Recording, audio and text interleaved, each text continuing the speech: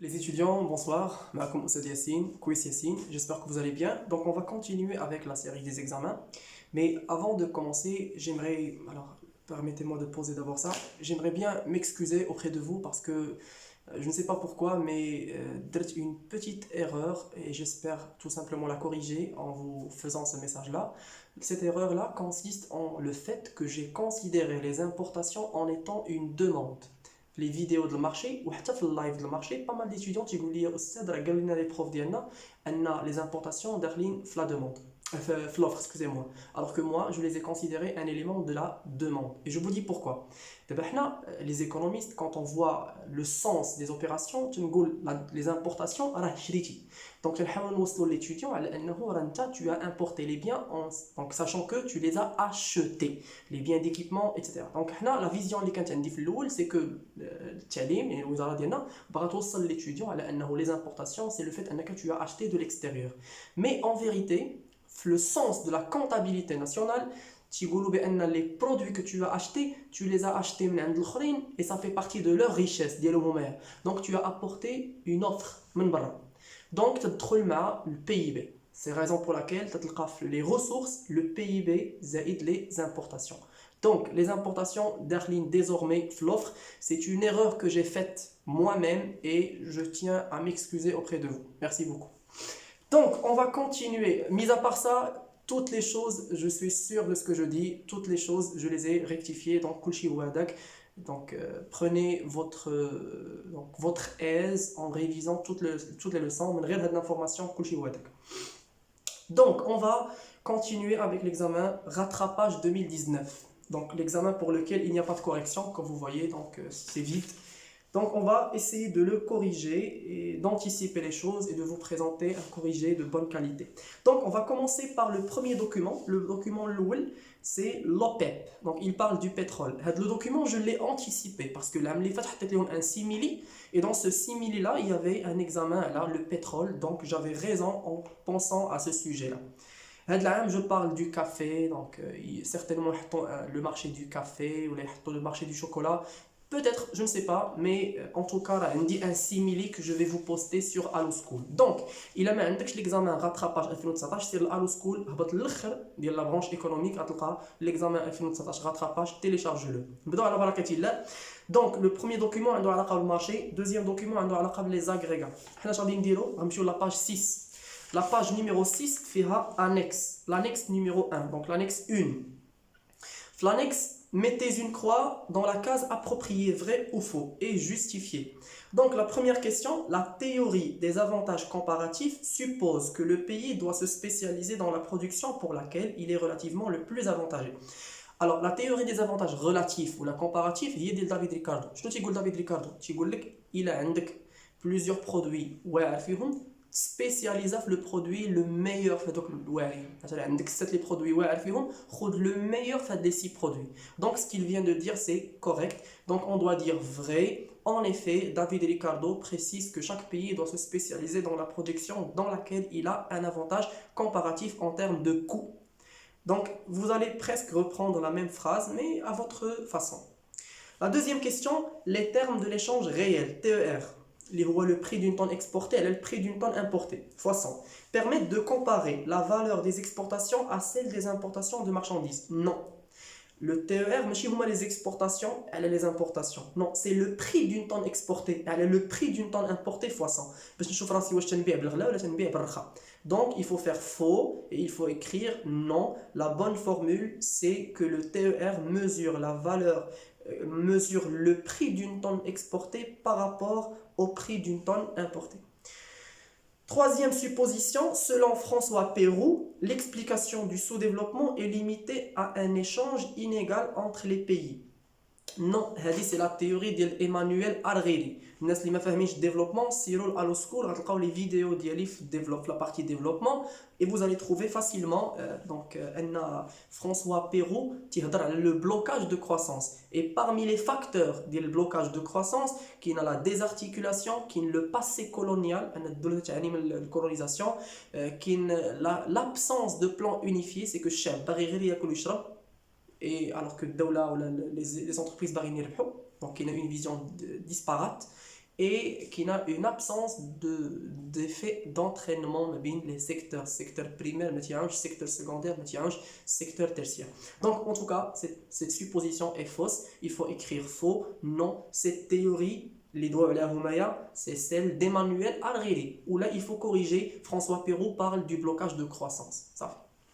La dernière question, l'indice de développement humain, donc le développement, permet de classer les pays uniquement en fonction du revenu par habitant. Non, il permet de classer le pays selon 3 critères. Le revenu par habitant, le niveau de scolarité ou la durée de scolarité et par ce qu'on appelle l'espérance de vie à la naissance. L'espérance de vie à la naissance, c'est-à-dire le nombre d'années que quelqu'un va vivre une fois il est né. Donc voilà ce qui concerne l'annexe numéro 1. Donc on l'a terminé et on est sûr et certain de ces réponses-là et vous pouvez facilement les consulter, les vidéos que je vous ai faites. Maintenant on va passer au document 1. Alors document 1, il parle du pétrole. Voilà, c'est ce document, la page 1. L'OPEP. L'OPEP هي l'organisation des pays exportateurs de pétrole. مجموعة الدول المصدرة للبترول. Baisse de la production de pétrole. Ils veulent baisser la production. الكمية. وانتم certainement vous savez pourquoi. Parce que هاد الدول هادو عايشين بالبترول. Ça veut dire إلا تزاد ثمن البترول غيستافدوا. هبط ثمن البترول غادي يتضرروا. C'est la raison pour laquelle تيتفقوا souvent أنهم ينقصوا السلعة باش يتزاد الثمن. C'est la loi de l'offre et la demande. L'organisation des pays exportateurs de pétrole, l'OPEP, réunit quelques pays producteurs de cette matière. Il y a plusieurs pays. Donc, il y a un monopole, il y a une concurrence pure et parfaite. Il y a plusieurs pays. Et constituant le principal producteur de pétrole au niveau mondial. Qu'est-ce qu'elle veut de l'organisation? Elle cherche à contrecarrer. Contrecarrer, ça veut dire à contrecarrer la chute des cours. En effet, l'OPEP a décidé de réduire sa production de pétrole. La production de pétrole de 800 000 barils par jour. 800 000 barils par jour. La version que j'ai donnée à mes étudiants l'année fait, comme quoi l'OPEP va la production de 1,2 million de barils. 800 000. Pourquoi? Pour équilibrer ou rééquilibrer le marché et limiter la chute des prix qui a atteint 30%. Dans un contexte de surproduction chronique. Cette surproduction est liée à une forte demande. En septembre 2018, pour la première fois, le monde a consommé plus de 100 millions de barils par jour. Cette demande, portée par la Chine, principalement, à votre information, la Chine est le seul pays au monde qui importe le pétrole, quel que soit son prix, a poussé tous les pays pétroliers à augmenter leur production en même temps. Donc tout le monde a augmenté la production, ou ils veulent faire l'inverse. C'est ce qui est arrivé d'ailleurs,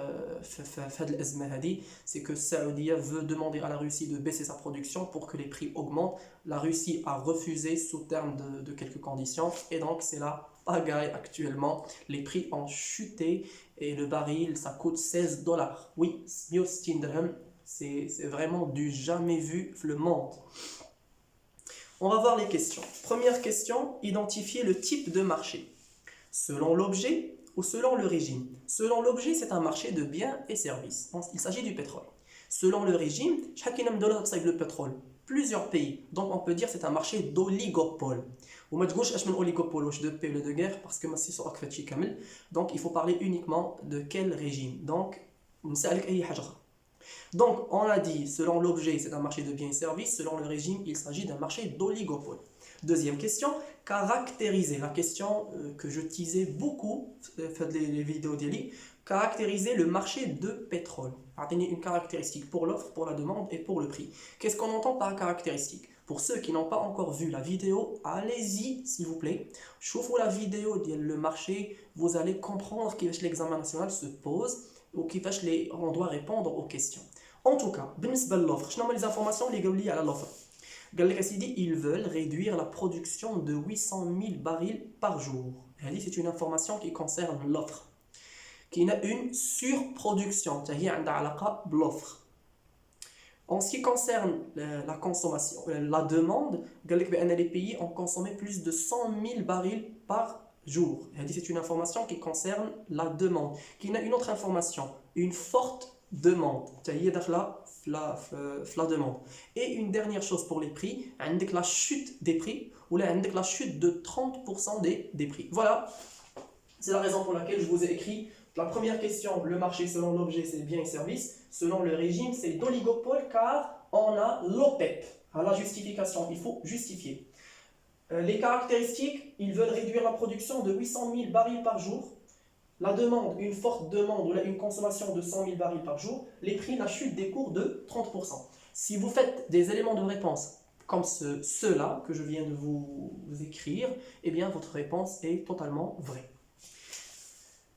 Préciser.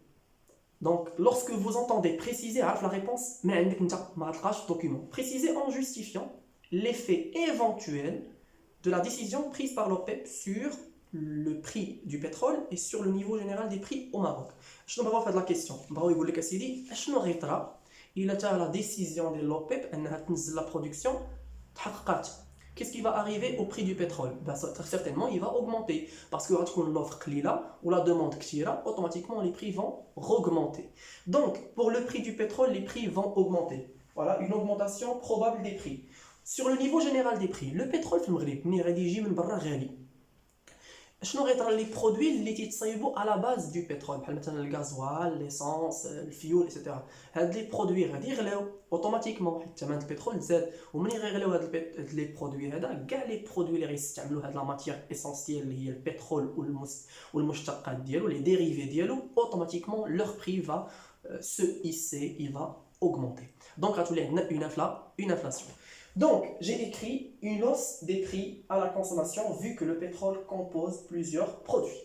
Voilà ce que vous devez savoir en ce qui concerne le marché. Donc, il ne faut pas les cacher. D'accord?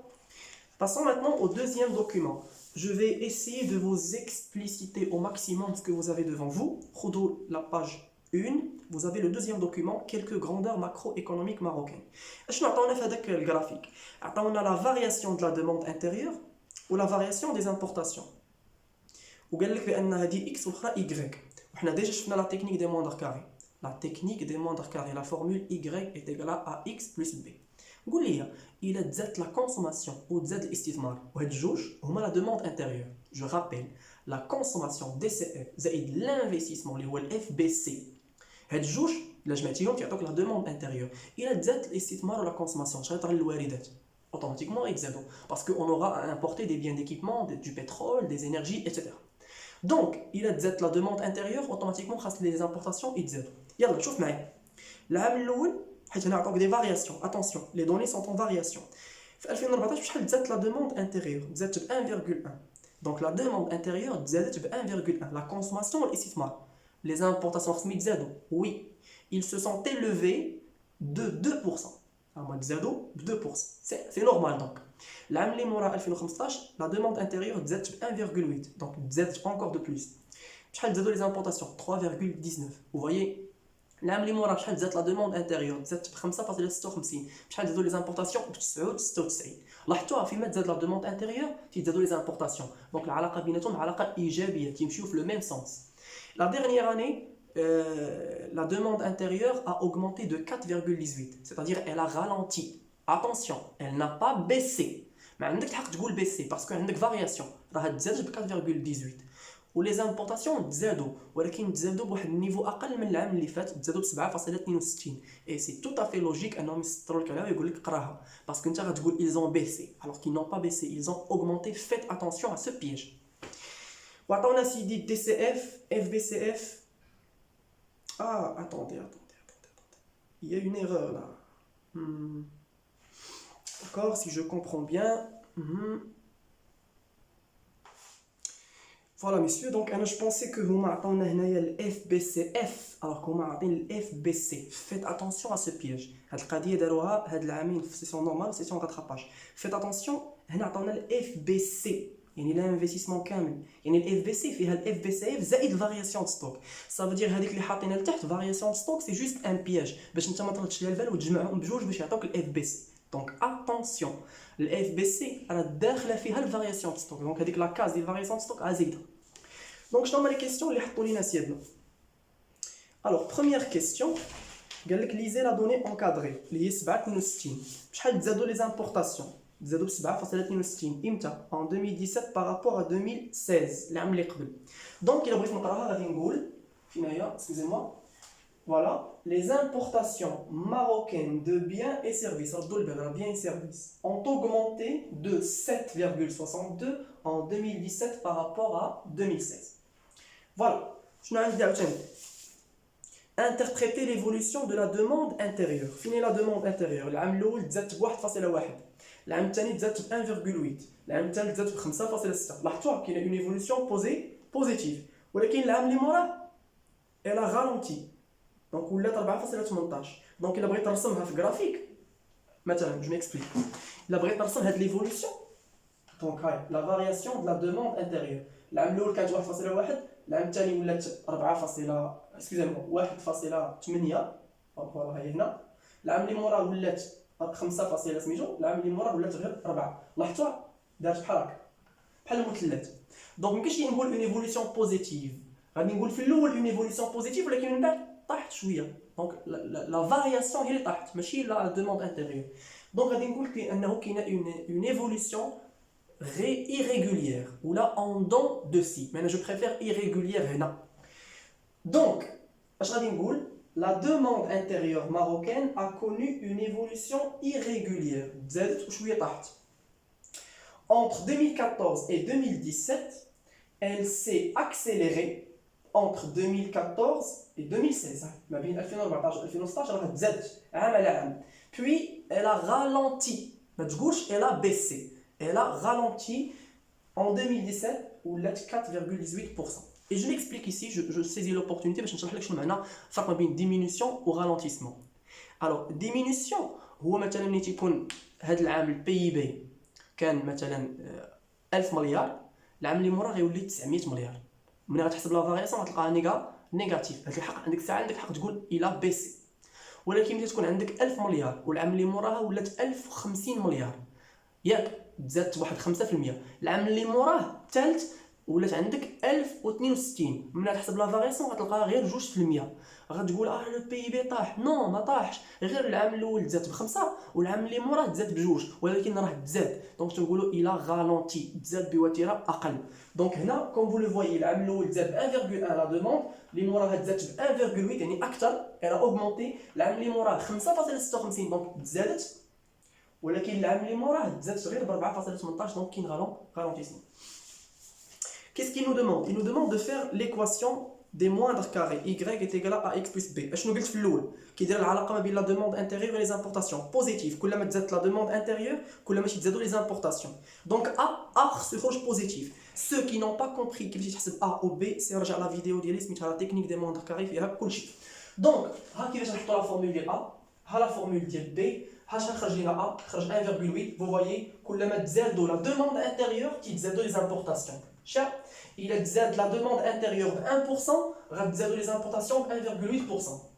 وبيخرج لنا 0.002. ردوا البال في لا كالكولاتريس غتخرج لكم 1 على 500.